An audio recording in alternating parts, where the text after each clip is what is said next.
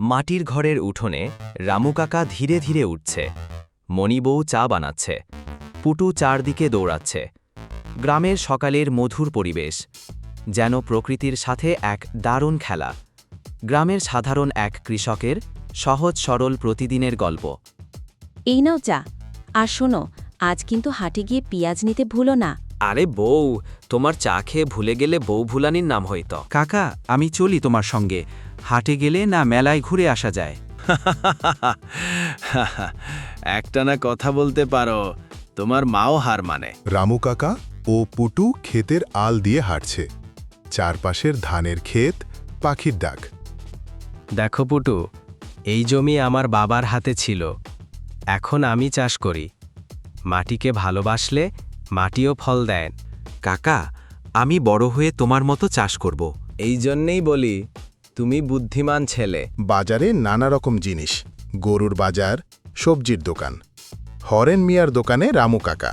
ওরে রামু ভাই, আজ তো একেবারে তরকারির রাজা হইয়া আইছেন।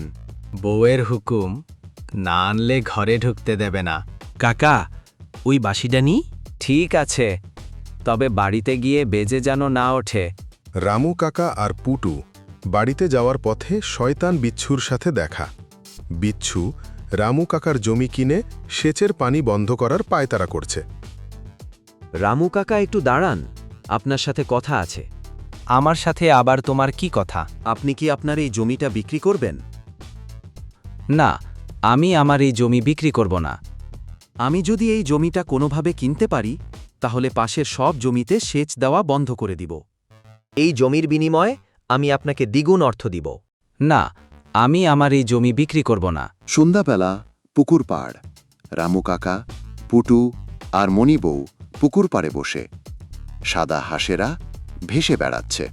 আজ পুটু কিছু শিখেছে। আমি শিখেছি, মাটি মানে জীবন, হাট মানে গল্প, আর কাকা মানে হিরো। এই জীবনের চেয়ে সুন্দর কিছু আর লাগে না। জীবনে সততা ও নিষ্ঠার সাথে কাজ করো, দেখবে মনে শান্তি পাবে। ঘরের ভেতর সবাই একসঙ্গে খাচ্ছে। বাতিতে আলতো আলো, বাইরে ঝিঝির ডাক। গ্রামের কৃষক পরিবারের সাধারণ জীবনযাপনের এক অনন্য গল্প। কাল আবার মাঠে যাব কাতা। যাবি, কিন্তু আগে ঘুমাতে হবে ঠিকমতো। এভাবেই তো চলে আমাদের ছোট্ট সুখের গ্রাম জীবন। রামু কাকার গল্প আমাদের শোনায় যে সরল জীবনই আসল সুখের জীবন। আসুন আমরা একে অন্যের বিপদে আপদে সাহায্যের হাত বাড়িয়ে মিলেমিশে থাকি।